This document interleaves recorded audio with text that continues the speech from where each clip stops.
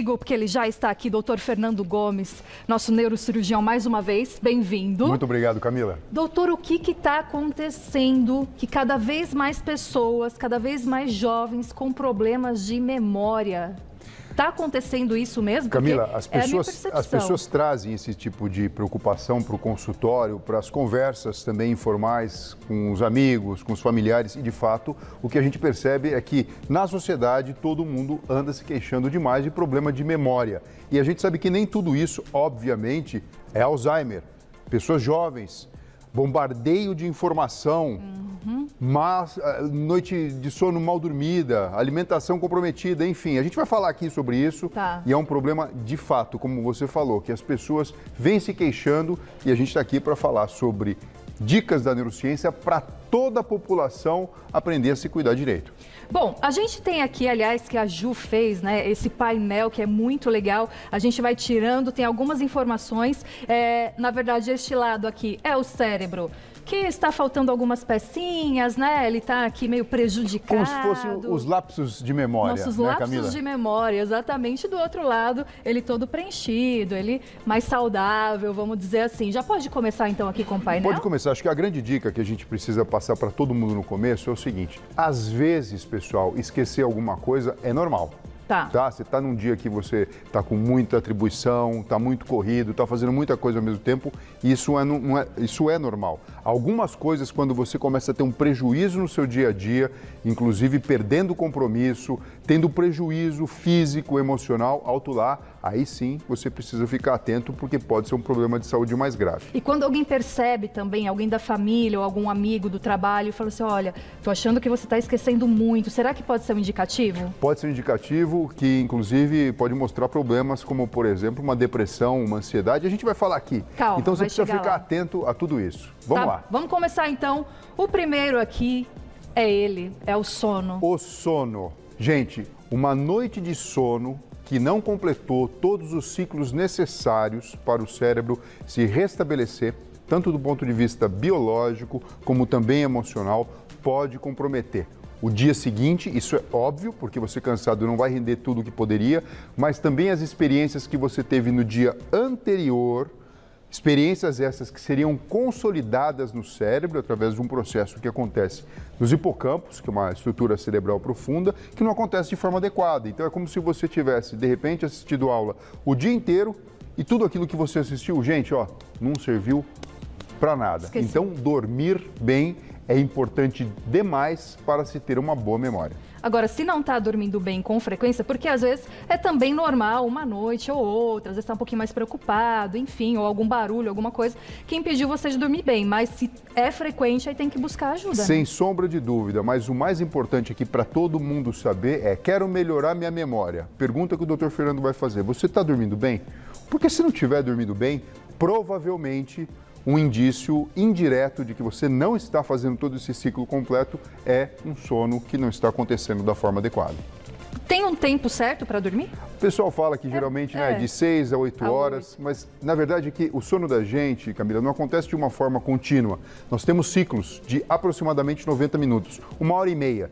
Então, durante 6 horas é esperado que uma pessoa normal entre em 4 vezes num ciclo completo relacionado a todo esse processo. Então, mais do que o tempo como um todo, é permitir que a gente faça o ciclo completo. Isso tanto é verdade que, se você for despertada no meio de um ciclo, você pode acordar primeiro com uma sensação esquisita, às vezes lembrando de sonhos entrecortados, ou até mesmo com uma sensação ruim e cansaço no corpo. Se você deixa esse ciclo completar, terminar o que ele tem que fazer como propósito, você acorda extremamente ativo e com vontade de viver o dia com energia. Então não é a quantidade, é como você acorda. Como você acorda bem disposto. E a possibilidade desses ciclos serem completos. Muito bom. Mais um aqui, olha, vamos tirar, que é a má alimentação. Parece simples, né? Fala, gente, é só comer bem, mas nem Parece sempre simples. A gente consegue. Olha, desde a forma em que a gente se relaciona com o alimento até o que a gente de fato ingere, a gente come. Por exemplo, a pessoa que de repente fica o dia inteiro, olha, eu vou trabalhar, eu quero emagrecer, eu vou comer pouquinho, estou segurando a onda e chega em casa e faz aquele pratão, ou porque não tem tempo de distribuir essa comida no decorrer do dia. O que acontece? Acaba desviando toda a energia do organismo para o aparelho digestivo. sobra pouca energia de qualidade para o cérebro ciclar durante o período da noite. Pronto, um exemplo de hábito mal alimentar que acaba impactando na qualidade da própria memória, porque está tudo concatenado. Outra coisa, comer em excesso gordura, fritura, açúcar, sal, tudo isso pode atrapalhar o funcionamento do cérebro e impactar diretamente na memória, Camila. Enfraquece os neurônios, seria isso? Enfraquece, porque assim, para você ter uma boa performance, o órgão precisa funcionar a todo vapor. Para que você vai oferecer algo que inflama ou que atrapalha o funcionamento dessa célula, já que você quer ter uma boa memória? Enfim, não deu o combustível adequado, não repôs aquelas proteínas e vitaminas que necessita, você pode esperar, na verdade, o neurônio sobrevivendo e, na verdade, não desempenhando todo o papel que ele poderia. Às vezes, doutor, quando a gente está meio esquecido, a gente acaba anotando tudo. Eu não vou tentar lembrar do meu compromisso de amanhã porque eu vou esquecer, então eu vou começar a anotar tudo. Então, tá tudo sempre anotado, a gente não faz tanto esforço para lembrar. Isso pode ser ruim também, porque de uma certa maneira a gente não está trabalhando e exercitando o nosso cérebro. Camila, você já ouviu aquela frase que se diz, me ajuda a te ajudar?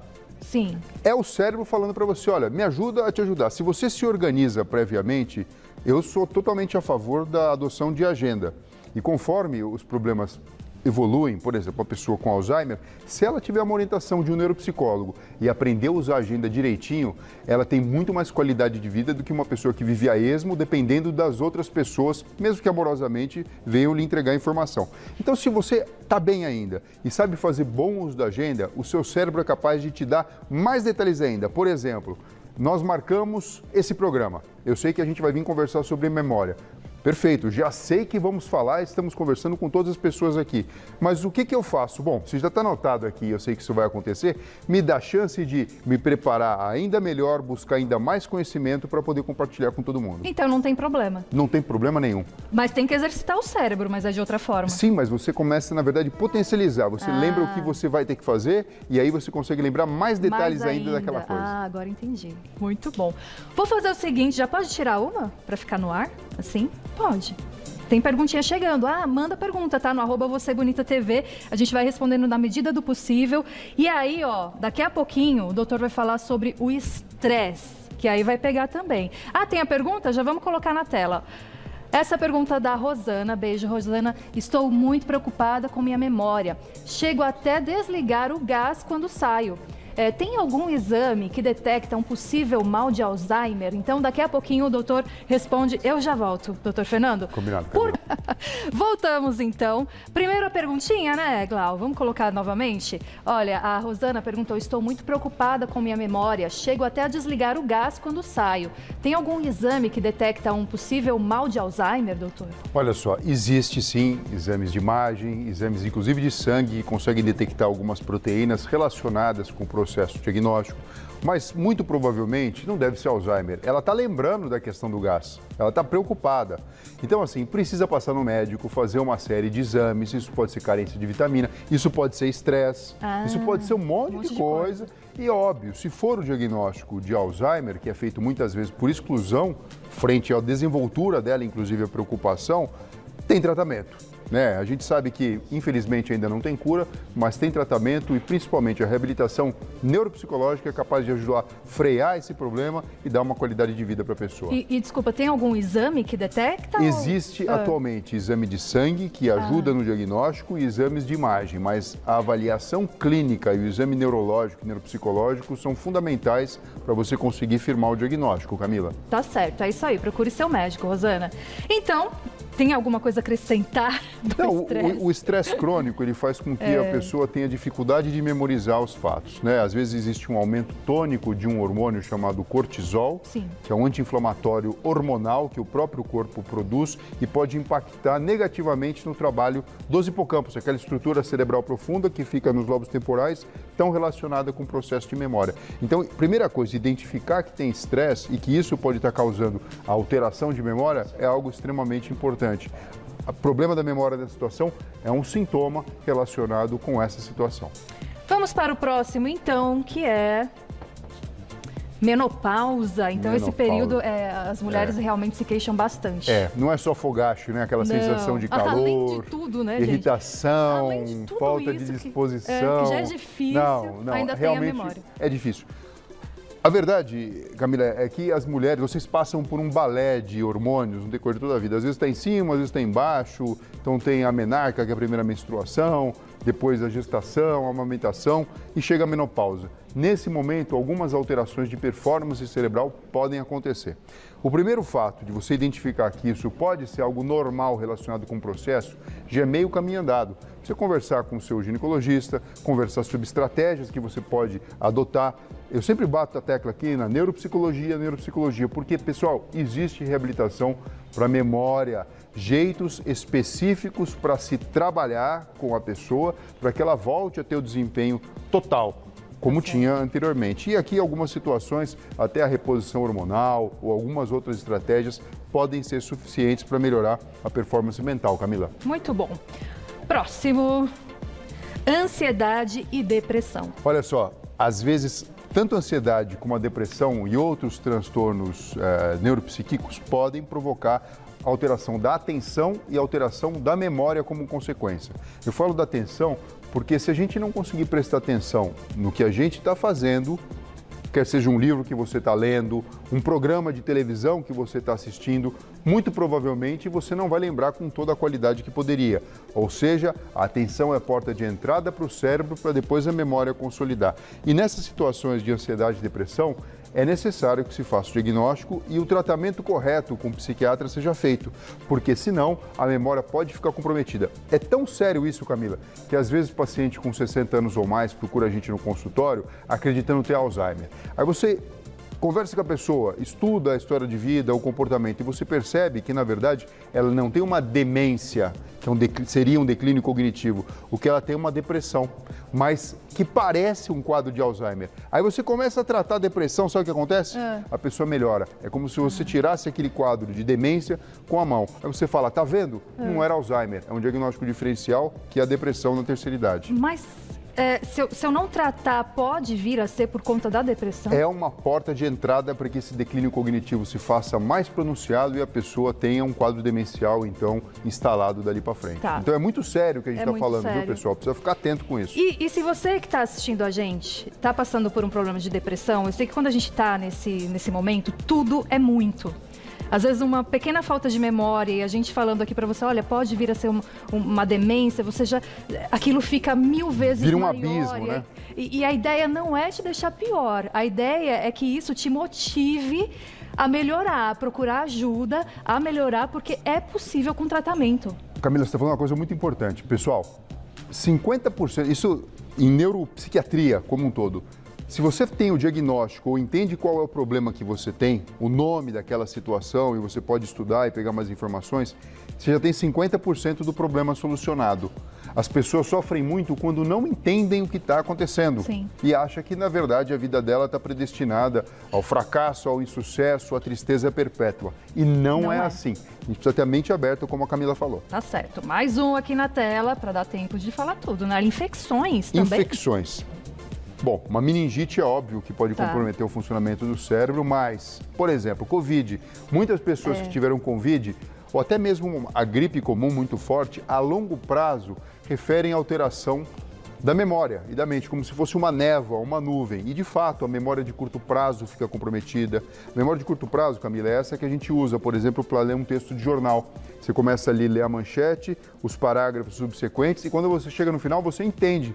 Às vezes a pessoa começa a ler, Camila, e lê o primeiro, o segundo, perde o fio da meada e precisa ficar voltando 3, 4, 5 vezes. É disso que a gente está falando. Isso pode ser uma consequência, tem tratamento, tem reabilitação e precisa, na verdade, ser levado em consideração para que isso volte, na verdade, a funcionar normalmente. Agora a gente passa para o outro cérebro, né? Que na verdade esse está inteirinho aqui, tá bonitinho. Vamos ver o que aparece, ó. Então, isso aqui é para todo mundo, para toda a população. Dicas de saúde baseadas em evidência científica. Atividade física e, mais do que atividade física, exercício físico regular. Principalmente treino de força para perna, musculação, exercício aeróbico, alongamento. Faz com que durante esse processo, que olha pessoal, é necessário que seja diário, 30, 40 minutos. Por mais que exista aquela recomendação, olha, 180 minutos por semana, tudo bem, é o mínimo. Mas se você puder todo dia praticar atividade física, 30, 40 minutos, melhor para a saúde do seu corpo físico e para o cérebro. Porque substâncias são liberadas através do trabalho muscular que impactam no funcionamento dos neurônios e até mesmo a produção de novas sinapses, que são as comunicações entre os neurônios. Tá vendo? Você tá exercitando a perna e tá, ó, todo mundo, aqui. A idade vai chegando, todo mundo fala sempre o quê? Eu quero ser feliz, mas eu quero ter autonomia. O princípio da autonomia é se movimentar, ó. Tá nos membros inferiores e para isso precisa treinar. Muito bom. Mais um aqui, ó, que você precisa fazer, então, é se alimentar bem. Alimentação saudável. Alimentação saudável. O que não pode faltar na alimentação? Alimentos que tragam vitamina do complexo B. Alimentos que tragam ômega 3, por exemplo, bacalhau, não é verdade? Salmão, sardinha, atum. Alimentos que sejam reguladores e tragam antioxidantes, como, por exemplo, as oleaginosas. Então, castanha do Pará, castanha do caju, amendoim e assim sucessivamente. E outros que muitas vezes são importantes, né? Os laticínios, é lógico que tem pessoa que tem ali intolerância à lactose, mas isso com cuidado e com carinho precisa ser levado em consideração. E, principalmente, evitar açúcar em excesso, sal em excesso de fritura, de gordura, aquelas fast food, sabe? Não que de vez em quando você não possa comemorar, não possa ter uma noite agradável comendo uma pizza, um hambúrguer, se divertindo numa festa. Mas isso não pode, gente, jamais virar a rotina. O seu neurônio precisa de combustível de qualidade. Na verdade, a falta de memória é um aviso, né? Falou assim, amigo, muda aí alguma coisa, né? Vai se exercitar, se alimenta bem. Mas o próximo é... Tira pra mim, por favor. Claro. Obrigada. Hábitos saudáveis. Que tipo? Hábitos saudáveis envolve tudo, principalmente o que maneja a questão do estresse. Então, destinar um tempo para o descanso, destinar um tempo para atividades divertidas, para o lazer. A criança resolve isso facinho, sabe? Ela quer brincar, ela brinca. O adulto, às vezes, ele vai se tolhendo no decorrer do tempo e deixa de fazer coisas prazerosas. Coisa prazerosa não é assim, quero desligar minha vida e ficar 10 dias desconectado de todo mundo. Não é isso. Às vezes, no seu próprio dia, Camila, você pode introduzir coisas legais, por exemplo, um papo com uma pessoa que você gosta muito, um café que você pode tomar com alguém, fazer uma atividade física, como a gente viu no começo do programa, no Parque Ibirapuera ou no parque perto da sua casa. Pequenas coisas que você coloca na sua vida, sim, mas que você coloca aquele rótulo. Estou fazendo uma coisa bacana para mim. Isso é muito importante, ajuda o cérebro a organizar e potencializar a sua memória. E às vezes não fazer nada é bom também? Também. Tem muita gente que não consegue ficar sem fazer nada, sem ter aquele dia off, sabe? Que hiperativo. Fala assim, não, preciso assistir televisão, ou ler um livro, ou tá resolvendo algum problema.